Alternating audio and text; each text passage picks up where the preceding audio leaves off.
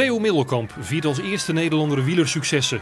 In de Tour van 1936 wint hij als eerste Nederlander in Grenoble een etappe.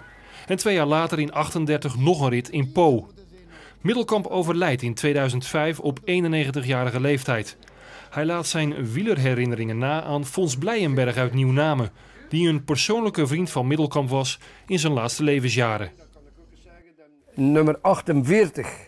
En dat is uit 1936. En die rugnummer droeg hij nummer 65 in 1938. En dat zijn de 2 originele rugnummers. Loto staat erop. Iemand had dat weet. En dat is nog van onder gestikt. De gaatjes zitten er nog in waarin de speltjes in zaten. Dus dat zijn werkelijk de eerste. Als je zoiets in de handen hebt, deze, dan is dat van de rugnummer de eerste Nederlander dat toen ze die rit won. Dus dat is werkelijk iets enig. Wie kan dat nog laten zien? Nee? En die heeft u van Theo gekregen? Ik heb die gekregen voor mijn bewezen diensten, dat ik hem altijd goed... is dan zijn huis wie dan verkocht en is dan moeten verhuizen. En dan zegt tegen mij, Fons, jij krijgt van mij die kranten en die rugnummers voor dat bewezen diensten zitten. En ik heb liefst als ze bij u blijven, dan weet ik dat ze op de plaats blijven zitten.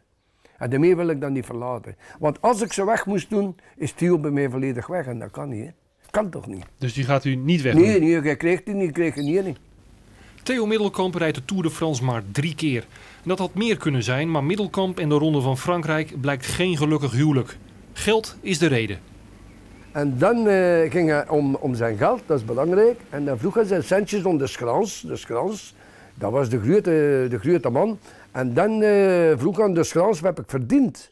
Ja, zei de Schrans. En dat was nog minder dan 10.000 frank.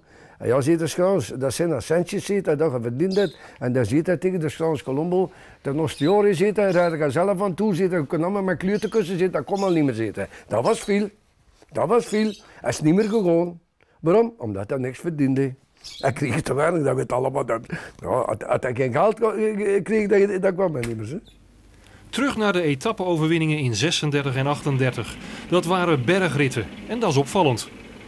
Hij had nog niet een berg gezien. En hij kijkt er naar, nog moet ik er van bovenop komen, dat vertelde hij ook. Hè. Hij is er gekomen. Maar ik maar zeggen, nu had ik een berg gezien en toch, hij had het. En met zijn bintjes, hè.